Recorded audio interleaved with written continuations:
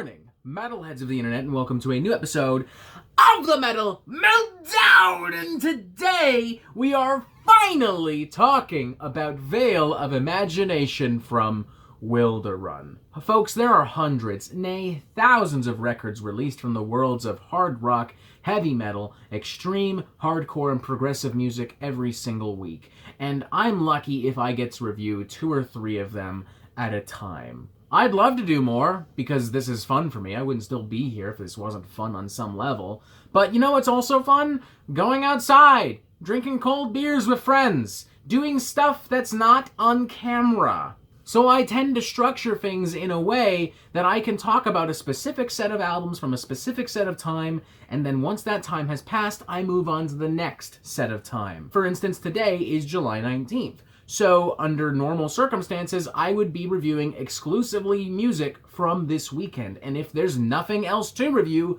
I would move on to the next weekend, assuming, of course, that I have promo copies for some of the albums in question. And as respectful and patient and considerate as my audience usually is, this particular album, it broke y'all. For weeks following its initial release in November 2019, y'all practically begged me to review this album.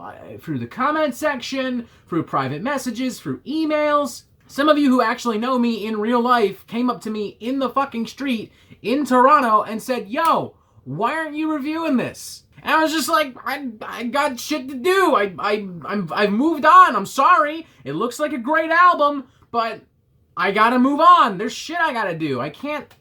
If I stopped every time someone sent me a request for an album, I would never get anything done. I would still be reviewing music from like 2 fucking years ago if I listened to every single request that came my way. That's just not realistic. So I said, sorry, but we're moving on. But now I can't do that anymore because my dumbass noticed that there's not really a lot of new music coming out this weekend. And then my dumbass noticed that this album is being re-released by Century Media Records on CD and vinyl. And then my dumbass said, hey, this could be a cool opportunity to finally address this album. And then my dumb ass asked you personally if you agreed with such a thought, to which you responded, yes, you dumbass, go do it. And then my dumbass had the audacity to post about it on Instagram, to which Wilderun responded, you dumbass, we'd love to hear from you. God, I'm such a dumbass. You know who aren't dumbasses, though? The people who made this album. That's a transition for you. Veil of Imagination by Wilderun absolutely lives up to all of the hype. While I was casually familiar with this album before, I had not had the opportunity to really sit down and absorb this album until I decided to make this video. And honestly, within a couple of minutes, I said to myself, holy shit, I totally get why I keep getting constant comments about this. I totally get why I keep getting emails about this. Holy shit, I was such a dumbass. Veil of Imagination, true to its title, is one of the most imaginative records I've heard in a long time. It's beautiful, it's epic, it's dynamic. The compositions are cinematic and grand and so heartfelt. The sound mix is incredible. The musicianship is incredible. There's not a single weak moment on here. There's no fat to trim. There's nothing. It's, dare I say, kind of a masterpiece of progressive metal. It's so good that it makes me want to retroactively go back to my top 10 albums list from last year and put Wilderun maybe not at the top, but definitely damn near fucking close. Because holy shit, this is an incredible record. Wilderun are playing around with a lot of cool sounds, ideas, and influences on this record. There's progressive metal, folk metal, melodic death metal, symphonic metal. There's influences here from a variety of bands like Septic Flesh, Flesh God Apocalypse, Symphony X, Turisas, Opeth, choirs and harps and beautiful rustic acoustic guitars and horns and string instruments and flutes and all kinds of stuff. Mixed and mastered by Dan Sueno and Jens Brogan, respectively, 2 of the best producers in metal right now. The album brings to mind visions of lush European mountaintops, wind blowing through your hair, flowers in the breeze. In fact, it almost really does feel like listening to some kind of weird, new age, metal-infused symphony orchestra at certain points. A lot of raw and powerful ingredients, to put it bluntly, but as it turns out, Wilderun are all master chefs, and they know exactly what flavor profile they're looking for and how exactly to execute it. You have a number like O Resolution, initially led by this huge brooding choir that sounds like something pulled out of like Fire Emblem or Skyrim or some shit. Some huge crescendos. I love some of the more extreme influences later on in the track. From huge crescendos all throughout, they keep you on the edge of your seat like you're watching some kind of high-octane thriller. I particularly love some of the more extreme, kind of blackened death metal spices within the latter half of this number. You have Sleeping Ambassadors of the Sun, which starts off initially on a very serene and peaceful note with some beautiful guitars and piano work and some very nice clean vocals,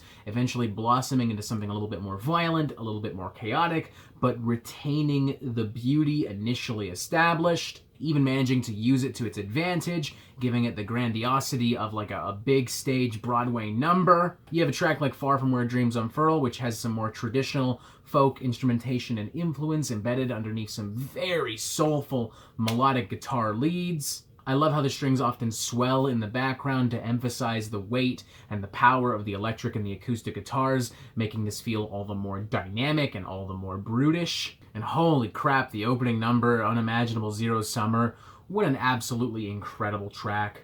I don't even know where to start with this particular number.